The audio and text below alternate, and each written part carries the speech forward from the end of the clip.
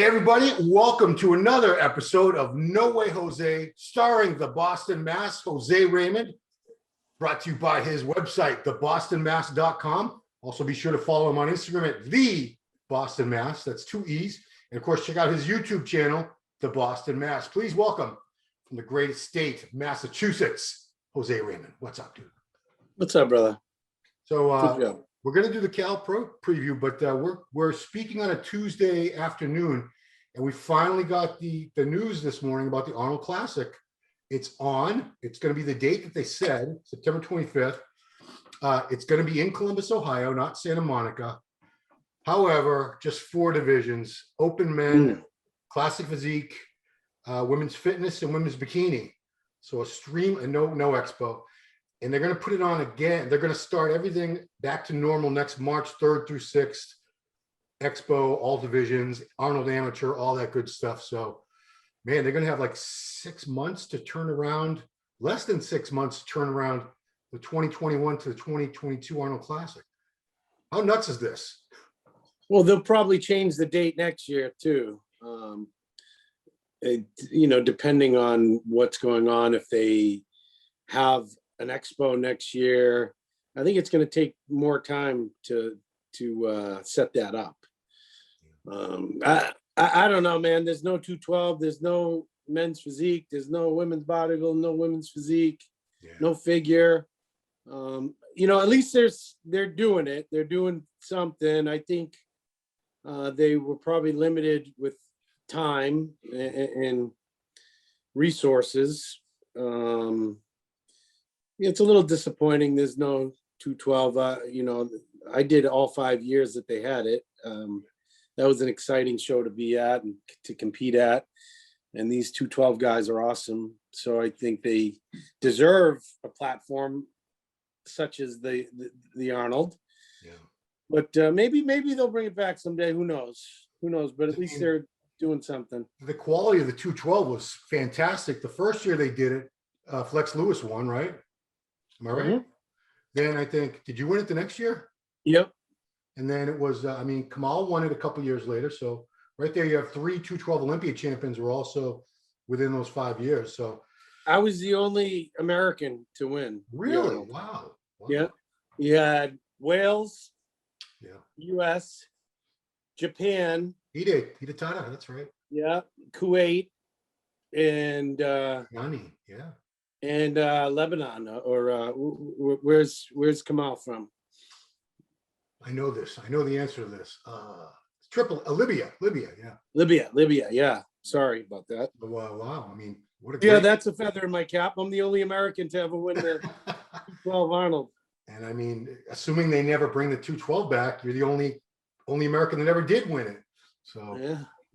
They did announce on their Instagram that they plan on having everything March 3rd through 6th, 2022, unless something drastically goes wrong, because I think everyone's going to be vaccinated that wants to be vaccinated. All the states will have lifted all their bans and stuff by then. So I don't see any reason why they can't have everything back to normal early next March. That's still, 9 months? Plenty of time. Yeah, plenty of time. Yeah. So we're here to talk today about a show coming up just a few days. It's the California Pro. And this one only has men's open bodybuilding because it's being held with a big amateur NPC event. And wow, I see this, you'll chime in on this, but I see this one looking at the lineup of, what's it, only 3, 4, 5, 6, 7, 8, 9, 10. Yeah, 10 or 11 guys. I see this coming down to Hassan Mustafa and Patrick Moore, who won this a couple of years ago, his first pro win. So yeah. Do you see that as the fight at this show most likely? Well, if they're both at their best, then yes, technically. But there's guys that have been knocking at the door for a while now that only need 1% improvement and they can beat them all, like Eddie Bracamontes. He's been knocking at the door. He's been improving every year. He's a big dude, takes up a lot of space. I know he's, been coming in great shape. He just needs that one little extra oomph, and he's wider than all of them, and he can beat anyone. If he comes in 100%, I wouldn't be surprised to see Eddie up there.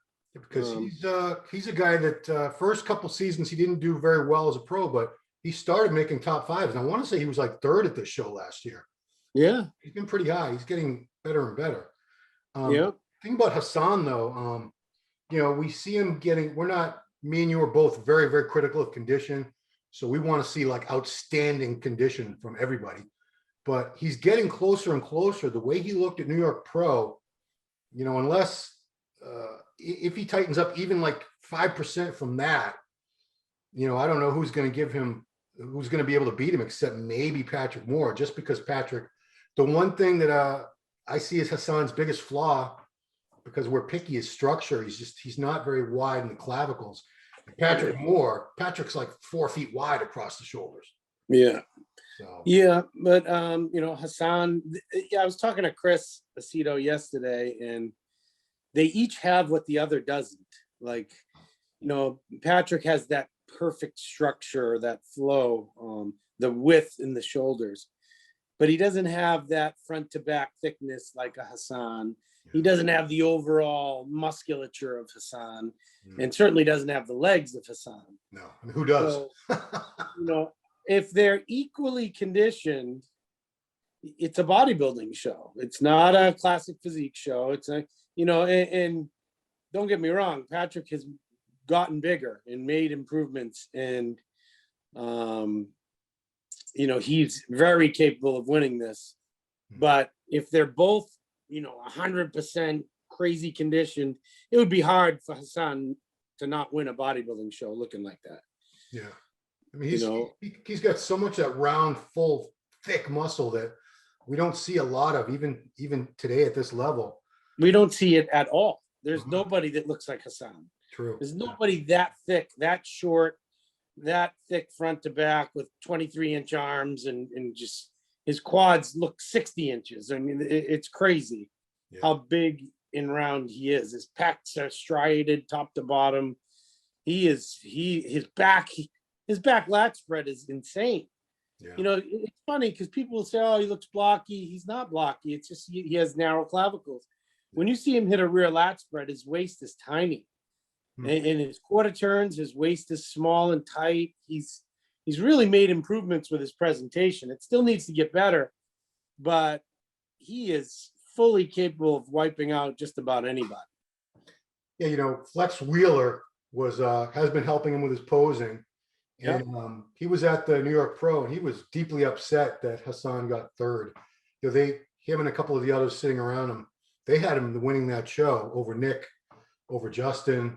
I don't know if I would go that far at that particular show. I thought that was Walker's show all day, but man, he's very impressive. I've been waiting for this guy to win something, and I think this could very well be his first pro win. Yeah, I think he's certainly capable of winning that show.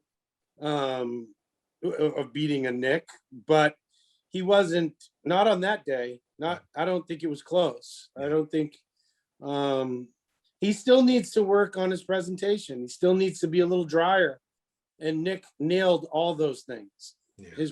Nick's presentation, even though his posing routine was 15 seconds or something, it was perfectly suited for him, and he nailed every pose perfectly.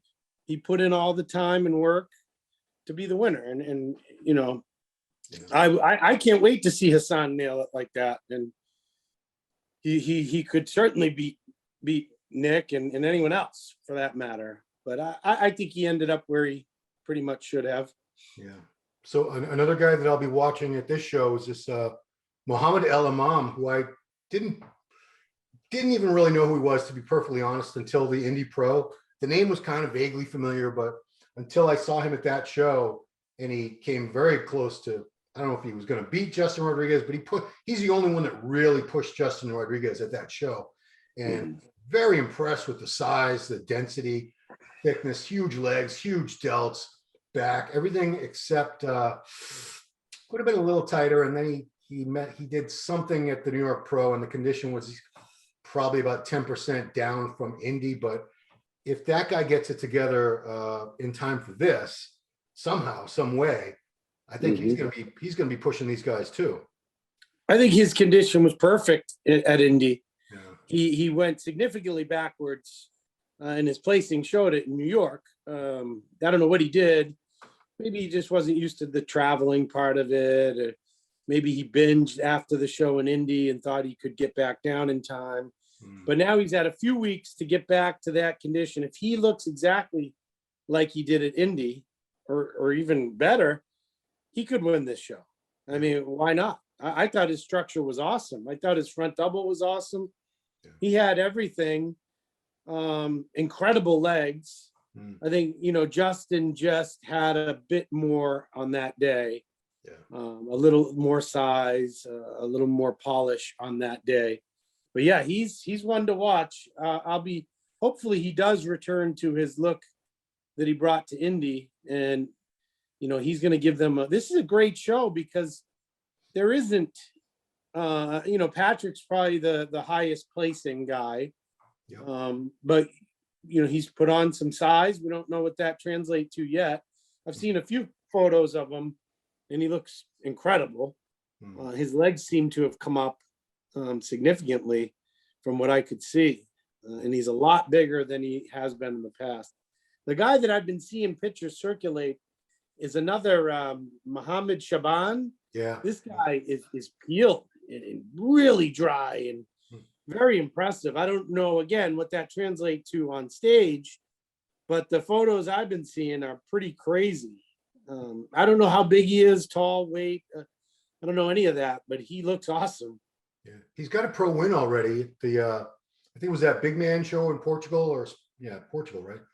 He won that a couple of seasons back. And I think I want to say he lives in LA now. I'm not really sure, but he's someone, again, I didn't pay attention to him until he was at the Olympia. I want to say in 2019, and that wasn't his best day. He's looked better than that, but the potential was definitely there. And you're right. This is a guy, I'm sure very few of the fans who follow all the shows are very familiar with Mohammed Shaban, but he's pretty damn good. He could be up there. Next guy, we got to talk about On Wing, because I've been waiting for that guy. I mean, when he's close to great condition, I've never seen him in great condition, but when he's close, he's been top 5 in a couple of shows. I love that guy's structure, shape, thickness. Doesn't seem to be missing anything.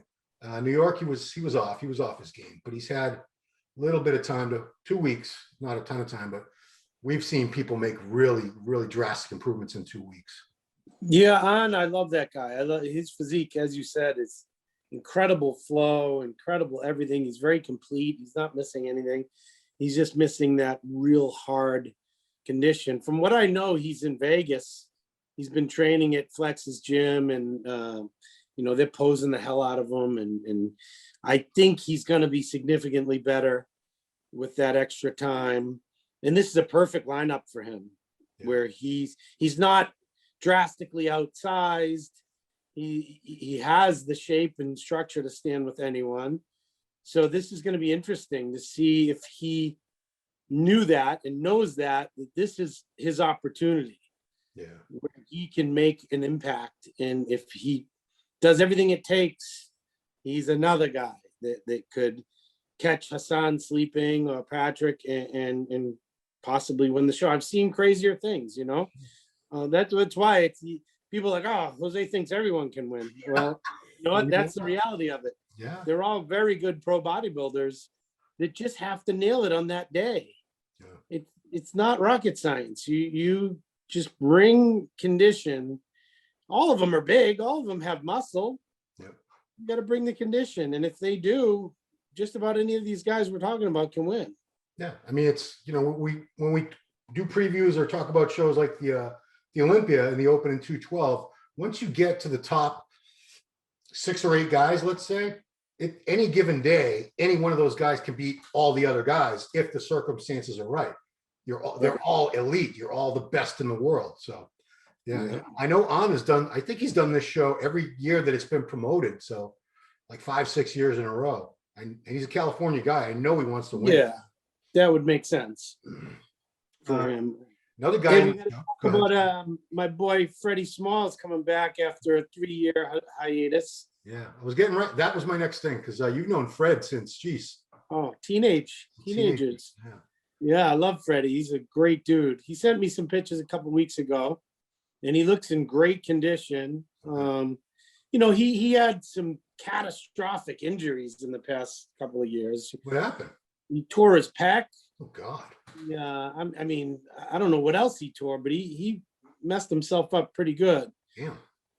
We may not see, Andy's my age, so we may not see the old, round, huge version of him, but he's working with Chris, and I think he's going to bring very good condition and going to put on a respectable performance here. And when I say performance, he's a poser. Yeah. He's one of the guys to watch. You don't want to go to the bathroom when he's on stage. So. Yeah, when the Arnold was giving out best posing awards, I remember him winning one year, rightfully so. Yeah. You say he's not just a poser, he's a performer. He can dance. He's not just one of those guys that'll dance around. He'll hit a couple poses, dance.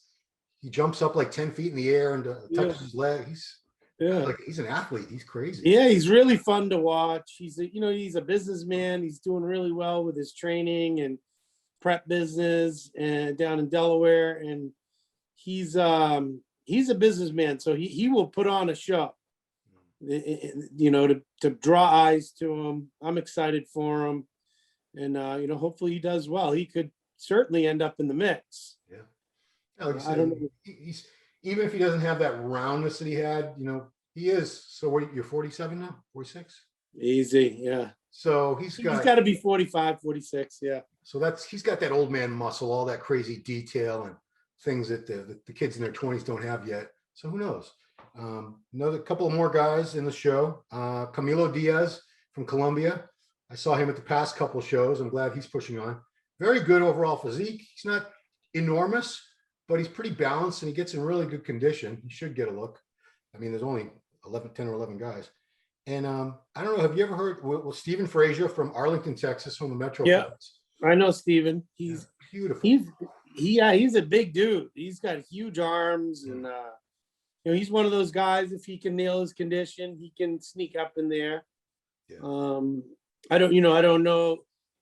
He's got like a real long neck or something, a long torso, something throws off the flow, but he has all the body parts. He's a big, thick, strong, crazy strong dude. Those guys that train in Texas are something else, They are. Yeah. Ronnie set the bar and they all started following it. It's crazy. That one gym, Ronnie and Branch did. That's where they trained for all the shows that they ever competed at in their entire careers. The only critique I really have on Steven, because I think his upper body is phenomenal. He's after all these years, his waist is still tiny. He's got this crazy V taper. Biceps pop up about a foot off the bone. Just needs more. I don't know if he had more legs in the past, and maybe he's lost a little bit of them, or I think he did have bigger legs in the past. But when you have that crazy V taper, like Walker, not Nick Walker, the big general, Dwayne Walker. Yeah. Man, if Dwayne had some big sweeping quads on him, he'd be killing shows like this. And Frazier, similar thing, man. Upper body's nuts on that guy. You just want to see. I always want to see those sweeping quads to balance out people with those awesome V tapers. I'm pretty sure he's the tallest guy in the lineup too. He's got to be 6 foot, 6'1". So it's hard to make, even if his legs are big, they may not look as big as they are just because it's such a long thigh bone, Yeah. It's the only sport where we call a 6 foot guy very tall, right? Oh, he's a skyscraper for bodybuilding. I mean, Morgan is 6'3". I never even heard of Dorian Abrams. Who's that? Yeah.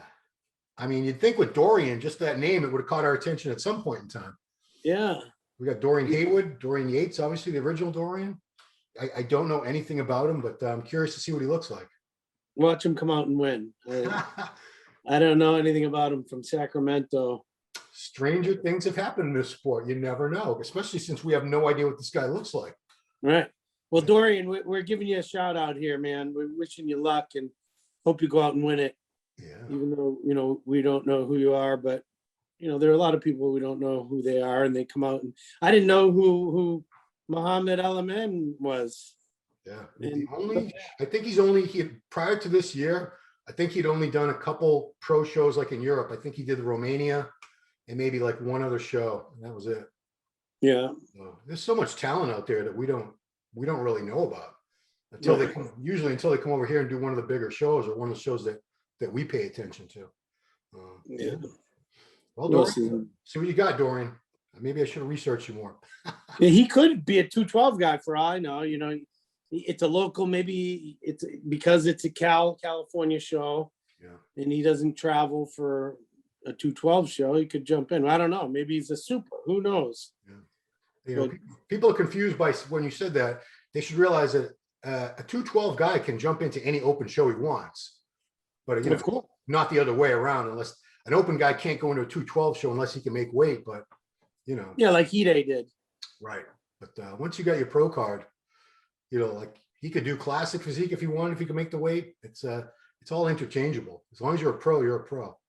Yeah. You just I know you for like Olympia or something. I was thinking of switching to bikini, but after my hip, my glutes aren't as popping anymore. They were quite large in the day from all those heavy squats and leg presses and God knows what. Oh yeah. Yeah. Well, that's it. Any news that you want to get out there on your end? What do we got? Should we talk about Guy Sistanino flipping out on people? Yeah, so I saw that and I didn't really know how to feel about it. So he was doing some heavy hack squats. I think somebody was filming him for Gasp, maybe. Yep. And what was it? There was two young guys. They were like right in his face, staring at him while he did the set. Yeah. So they were encroaching on his personal space. You know, they weren't trying to talk to him during the set or anything, were they? No, they were just goofing off, being idiots, and you know, they were really close to him. The video that most people saw didn't show how close they were to him. There was another video that showed they were literally 2 feet away from him. Really?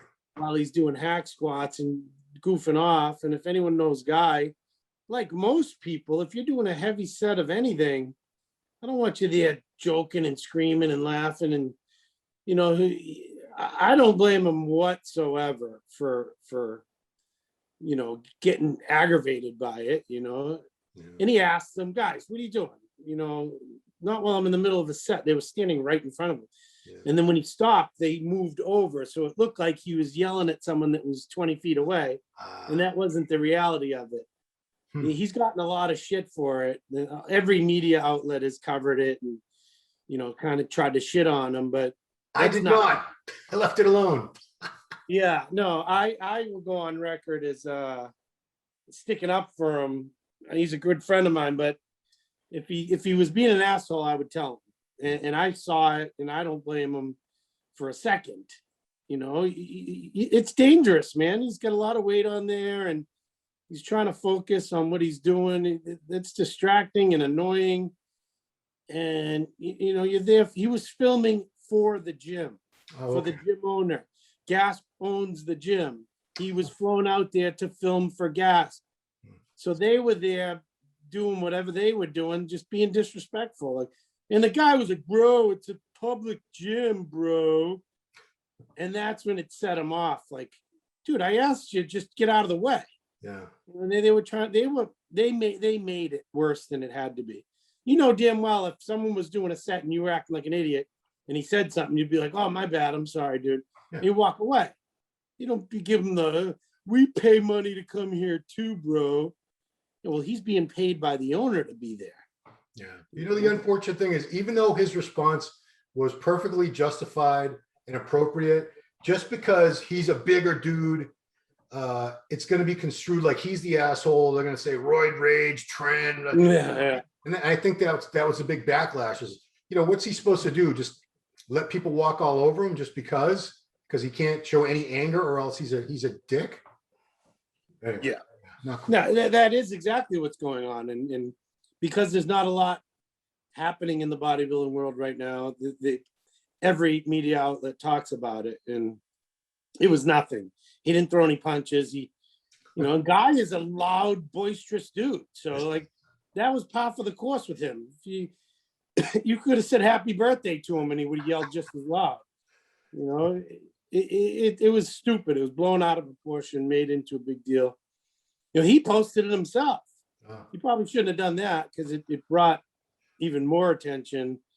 But people don't know the context at which it happened. And I back him 100%. He didn't do anything wrong. I mean, in your experience, I was around you many times in gyms where similar things would happen. I mean, these people, they don't see someone like that very often. So they do push in too close. I thought we all in the US at least, because I know it's different parts of the world, have a certain idea of what the boundaries of appropriate personal space are. But especially when someone's training, you don't want to be anywhere near them. It's just not cool. It's not even safe. It's not even safe. So. Yeah, that was ignorant. That was, I probably would have handled it a little different just because I tend to have fun in the gym. I might not be quite as intense as Guy, but I don't blame him. I would have said something like, dude, please don't do that when I get 500 pounds on my back, I know it was a hack squat, but that can easily blow out a knee if you're not focused on what you're doing. Oh, you can get hurt very easily on a hack squat. Trust me. Yeah. So leave Guy alone. I mean, to point it out, Guy is a very intense person. If you don't know him, you might think he's like always angry, but that's just the way he sounds. That's just his normal speaking voice. Yeah. And when he gets a little irritated, it goes up like 4 notches. And then the average person might say, oh my God, he's flipping out. Yeah. No way. Guy is honestly one of the nicest, like loving people I know. Like he's the real deal. He's not that character that he's playing. He's very intense, but he's not a mean, angry dude by any means. All right, Guy, we're on your side, guys, Sister Nina. Yeah. Cool. All right. Well, that is all for this week. Again, thebostonmass.com for all kinds of merchandise. What else you got on there? Coaching services? Yeah, everything. Training. Lots of merchandise still. I'm basically giving it away. Yeah. The last couple of people that bought stuff, I threw a bunch of extra stuff in there. I got tons of stuff in my storage. I don't want it all. Oh, good for you. I don't need it. I say this before, but I'm not just saying this, but it is really high quality stuff. I've had shirts of yours for years and years. I've sweated and washed them hundreds of times, and they still hold up, the colors, everything. So yeah, and they make you look good. They're cut for bodybuilders. Oh yeah. Not just randomly buy 1,000 Hanes t-shirt, sweatshirts, or tank tops. No, it's good stuff. So quickly, we need to cover the fact that someone said I have Andre the Giant skull from too much growth. Is that what they were saying? I never even saw the comment. It was under one of these videos. Yeah, I didn't think my head was that bad. I mean, I know it's pretty big. I got a big dome, but who's got the come on now. Your whole body has increased dramatically in size in the last 10, 15 years. Of course, people think your head's not going to grow along with, you put on, geez, I mean, you were competing at 150 pounds at one time. Yeah. And you've competed at right at 210, 212. That's a lot of muscle for a shorter guy. That's like a taller guy putting on 120 pounds of muscle. This is a muscle right here. That's well, you said it was, you talked about it. You said when you eat all the damn time, your jaw muscles, the mandibular, I don't know what it's called. These muscles, they do grow because they're the masseter. The masseter muscles, the temporal muscles, these things grew just from eating.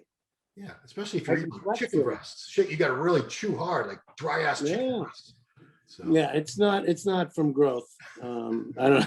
Well, they would say your hands and feet, but you always had these enormous paws for hands too. Yeah, I always had huge hands.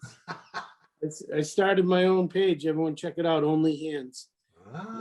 Instead of OnlyFans. Yeah, I mean, there's a lot of women selling pictures of their feet on OnlyFans. Maybe you should get in on it with your hands. I am. Stay tuned. There's a lot of accounts just devoted to women's feet. That's the truth. I'll be promoting that soon. Anyway, yeah. So yeah, check out thebostonmass.com. Check out the YouTube channel, The Boston Mass. All kinds of cool content on there. Featuring. I filmed a ton of stuff this weekend. I was down in Alabama. I went to the Vulcan Classic. and filmed a ton of stuff there. So that'll be up in the next coming week. Like probably 5 or 6 different videos of me getting blood work done. I went to a HRT anti-aging clinic. I got some a crazy vitamin drip, and got the doctor that owns the practice is a chiropractor as well, and he adjusted me and did all this crazy archaic looking stuff, put a wrap around my head and pulled my neck, and I feel great now. He opened up my shoulder a lot, and lots of stretching, and the guy's gigantic. He's probably 6'2", 270. Lord. And he was really able to get in there and help me out. So we have lots of footage of all that kind of stuff, and a lot of shenanigans too. A training video, and we trained arms with like 7 people. Oh God. Yeah. 3 hours? No, I just did my own thing, and they followed around and did it with me. I used one of Larry Wheels' elbow wraps. Yeah. One of the kids there ordered them, bought them, and I've never in my life felt something like that. Like I couldn't even bend my arm without the weight on it. Wow. I swear it could probably give you 100 pounds on your bench. Like I've used the elbow sleeves, and those feel great. This is a totally different story. I did close grip 315 for 20, like easy, boom, boom, boom. And it was, those wraps really make a difference. It's kind of like a bench shirt, but it's an elbow. Exactly. Wow. Yeah. I didn't know that was possible. Huh. Yeah. It's a pretty unique invention of how he did it. You actually slide your arm on it. Yeah. It goes around your arm, and then you wrap around, and it Velcros in, and then you can't even move your arm. Yeah. How's that work? You walk around like this? Basically. You remember the first time you put on a bench shirt, it like tore into your pecs, your armpits? Never tried it. Yeah, I tried it when I was a teenager, and that's the same thing. It like tore into my skin. I'm like, I would, I don't know if I would. It's not necessary. Like I don't need to do 100 pounds more than I need to. Right. Yeah. Maybe if you're 20 years old. Yeah. But these guys were using it to keep up with me. Right on. And one of them got like 315 for 11. One got 7. And then I finished with 20. So I beat their asses. Yeah. I wish you'd been in Nashville for the Redcon gym, because we had Kai, Dana and Rob, the Baileys were there. Blessing, of course. It was a good crowd. It was a good time. I was jealous. Yeah. Was Brandon there? Yeah, Brandon showed up he had a booth for his supplement company 015. Yeah. And, I thought Brandon would be kind of upset that this gym opened up, because him and his partner Brent already own 2 carbon culture gyms in Nashville. Right. But I look, Hector, our video and photo guy, he showed me on Nashville where the gyms are, and they're not really close to each other at all. They're all like 20 miles apart in like a triangle, and they're having a special deal for like $80 a month. You can go to all 3 of those gyms anyway. I'm sure people will take advantage of that. Yeah. Are they affiliated in some way? Does Brent make Redcon's supplements? Yeah. Brent owns Armada Supplements, and he's got the facility that manufactures all of his stuff. Because I was wondering why Aaron was at the last Carbon Culture opening, and he was. And I heard that he was buying a house in Nashville. Like, why would Aaron want to buy a house? I'm sure he's got an awesome house in Boca. And but we did get to go to his house Saturday night for the party he threw in. Like, I saw that. That's just a house where he's at like a couple weekends a month, if that. And that's so unbelievable. Well, he'll probably be there full time now, right? Well, he's got to Boca's still where Redcon headquarters are. So I don't think he's going to leave that. But his kids, he's got 3 sons. I don't know. I think one of them's already started school. I don't think they would ever move there, but who knows? Wow, what house? Yeah, that place looked crazy. And what you saw in my video was like a quarter of the house. You couldn't see most of the house from where I was. Yeah, it was like 10,000 square foot mansion. Easily. Yeah, it's crazy. You have to walk up this steep ass driveway to get there. It's like cardio. It felt like I was on a step mill. That is awesome. Like almost Good a for him. 45-degree angle. It's ridiculous. Good. He deserves it. Yeah, He's done some great things. I think he's got 2 or 3 of those types of houses. yeah, yeah. And they all flew there. They all flew on a private jet from Boca to Nashville. That's pretty awesome. Aaron, get me on that jet, man. Come on. Yeah. Meanwhile, I'm riding a moped. Yeah. I gotta figure out. I gotta come up with a supplement line.